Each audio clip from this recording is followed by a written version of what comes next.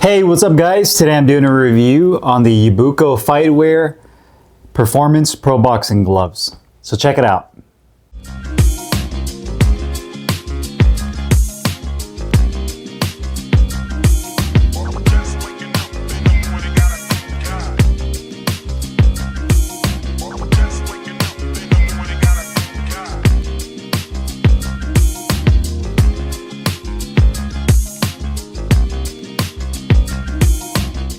Hey guys, Carlo here. Today I'm doing a review on the Yibuko Fightwear Performance Pro Boxing Gloves.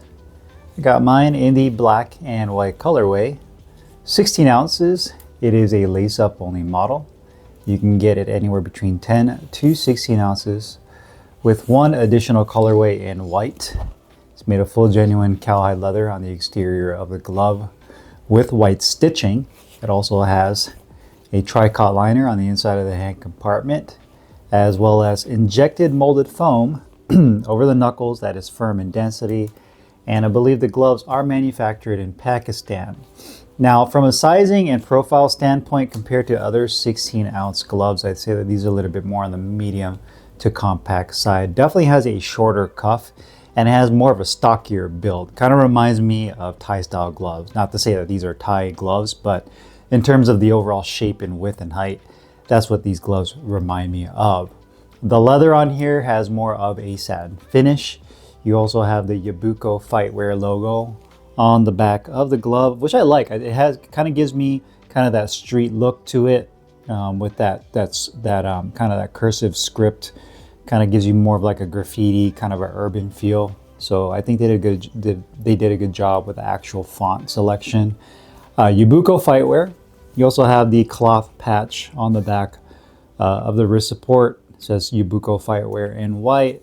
It is cloth. It doesn't have any sharp edges to it. But if I were to use these gloves for sparring, I still would probably tape these off just in case, because you could still cause an abrasion if you were to land your punch with the back of your hand. You do have white piping at the bottom that comes up to the middle portion of the glove.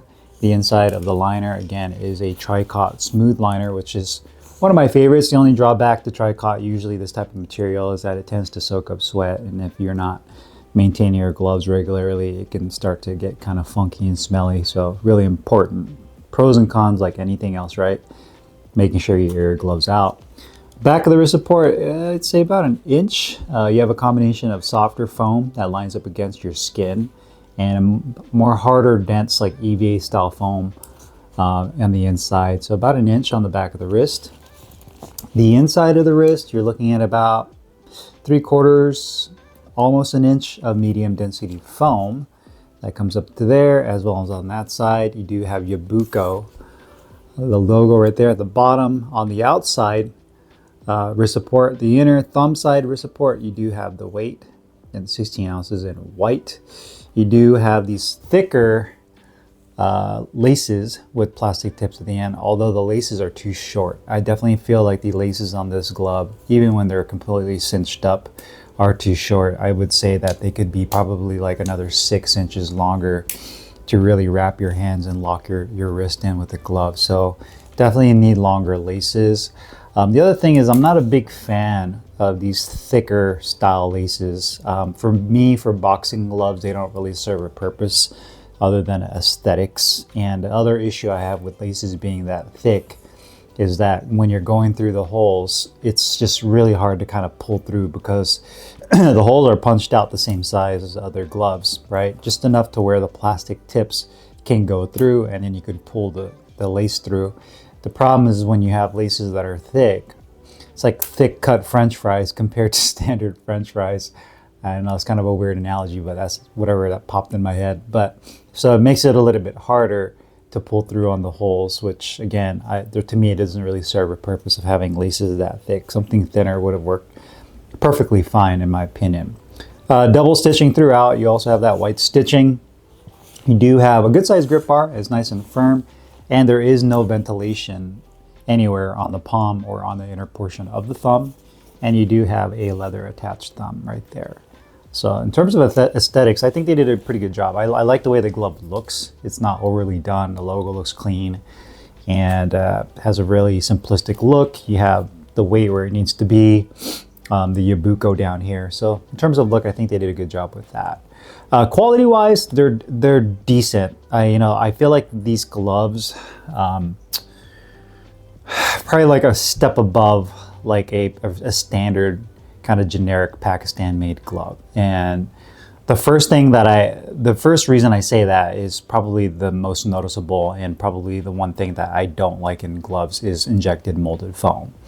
In fact, I just don't see why they even use that type of foam anymore. I know why they use it, because it's much more affordable to manufacture, right?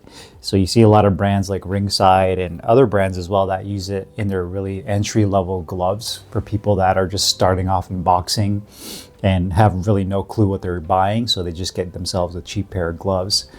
9 times out of 10, those are the gloves that have IMF, injected molded foam. And essentially what it is they have like this, if you watch any of the videos online on YouTube, if you see the manufacturers, the vast majority of them are in Sialkot, Pakistan. They basically have this big cast machine, and the foam itself is actually poured in like a liquid, and then from there it basically solidifies into this injected molded foam. So this foam inside here is just one piece. So from a cost perspective, it's good because it's relatively affordable. It's foam, it's really dense. When you're using it for training, you're definitely more on the protective side. So in terms of like shock absorption, it does a good job. But outside of that, oftentimes you don't really land properly with your knuckles because of how the foam is shaped. It has more of this bulbish kind of round shape to it, which you'll see again on a lot of the generic gloves. So you don't feel like you're making good contact. You just don't get the feedback you're looking for. And it just doesn't feel the same like a layered foam glove, where layered foam, depending on the types of layers, are using like latex, polyurethane, open closed cell foams, EVA, horsehair. I mean, there's so many different types of foams out there. The manufacturers can basically put those and sandwich them together and then test them out on how they feel when they land their punch. And from there, determine what they want to go with. But this is just one solid piece. They might use like a liner foam or something softer that goes up against your skin when you have your hand inside the glove. But outside of that, the main component foam-wise is going to be that IMF. Again, not a big fan of that. So from a quality standpoint, I feel like that's where you're losing a lot of that quality, is going to be in the type of foam. The leather on here is pretty solid. I'd say it's pretty comparable to other Pakistan style leathers on here. That you would see probably on the higher end, like Ringside or even Title boxing gloves. The stitching overall looks really solid. I do like the fact that they'd used the double stitching, and I like the white stitching, which offsets the color. The outside edges look really good as well. So in terms of the stitching, that's all done pretty well throughout the entire glove. Give you guys some close-ups. Where the thumb meets the index finger looks really good. I also like the fact that you don't have a stitching seam right here. If the glove doesn't have segmented colors between the thumb and the back of the glove, then there's really no reason to have a seam right here. Now, obviously, if the thumb was a different color than the rest of the glove, you would have that because they would use a different piece of leather. But I like the fact that they didn't use that extra stitching. Sometimes you'll see some manufacturers, they'll just add that on there and it'll be black and black, but there's still a seam there because they just didn't want to make it one piece. Piping looks really good. And when I put the gloves on the scale, both gloves came in at 15.7 ounces, which is good. I mean, especially for a training glove. The gloves are advertised as 16 ounces, so they're just 0.3 ounces underweight, which to me is a win. And both gloves came in at 15.7. So in terms of symmetry, and the gloves being on the same weight as each other, they're the exact same weight, which is great as well. So nice job there. Again, not a fan of the laces. I think they could have done better with the laces. In terms of the actual symmetry of the glove, putting them next to each other, overall they're pretty much the same height, the same width. The area that I felt was a little bit off was going to be the actual patch logo. So you'll notice that the right glove is pretty straight. If you look at the left glove though, it's crooked. So again, these are just merely aesthetics. It's not gonna change anything with the glove performance wise, but if we're here to nitpick and look at it, then you'll notice that this glove, the left one, is a little bit off. The back of the glove logo looks good. Again, looking at the thumb position, that looks good as well. Wrist support, height and thickness of the foam. Injected molded foam is pretty much the same there. rotating to the palm side again, symmetrical on both sides. So that looks good. And here is on the thumb side again. So in terms of the gloves being identical, like mirroring each other, they pretty much are on point. You don't have any issues there. Comfort-wise, sliding my hand into the gloves. So put the right hand in, or should I have my left hand in, my right hand. Okay, so liner feels great. I definitely like the tricot liner on the inside of the hand compartment.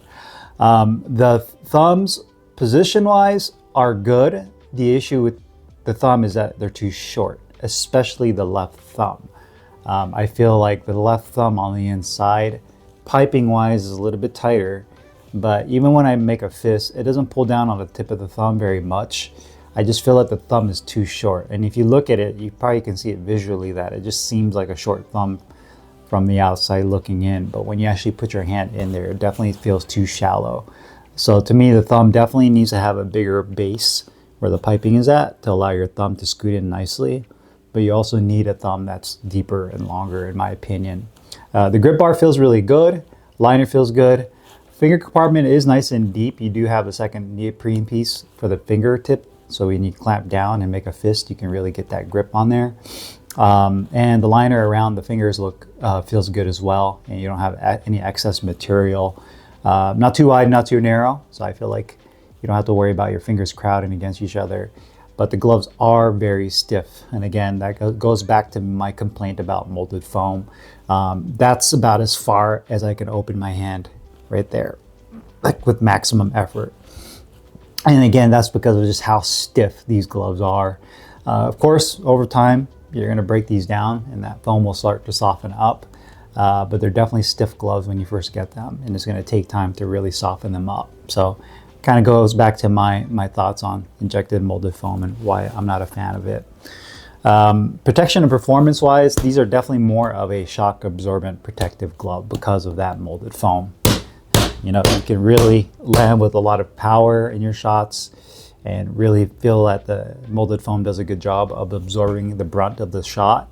You can see just it's extremely firm, so it's going to take a lot for you to really feel that punch kind of connect. If you're the type of person that likes softer foams, horsehair, where you feel like you want to feel more connected with your target, you won't get it with this glove, in my opinion. The other thing I don't like about this style of foam where it's more rounded is I often feel that sometimes I have to kind of overcompensate for the way I throw my punches because the punches tend to slip off the target. Or for this case, if you're using these for the heavy bag and you throw your punches, it just feels like your punches kind of slip off the bag because it's rounded rather than the foam flattening out and really getting that nice firm punch that lands in there. So to me, more protective, but there's a couple of flaws because based of the type of foam they use. If they were to use a layered foam that compresses nicely, still gives you shock absorption because you can use EVA or a supplemental foam that's harder and denser to kind of give you the shock absorption, but you're not sacrificing the performance and the feel of the glove where I feel molded foam does that. So that's my thoughts on the protection and performance. Wrist support feels really good. I think they did a good job with that, really being able to lock your wrist in, and then the ergonomics of the thumb can definitely be improved. Cost-wise, these gloves are currently, I believe, 117 US dollar, which is not a bad price, all things considered. Excuse me, they're almost a $100 glove, you know, by $17. Not a bad price. The only issue I have with that is there's other gloves that are $100 and under, in my opinion, that are better than these.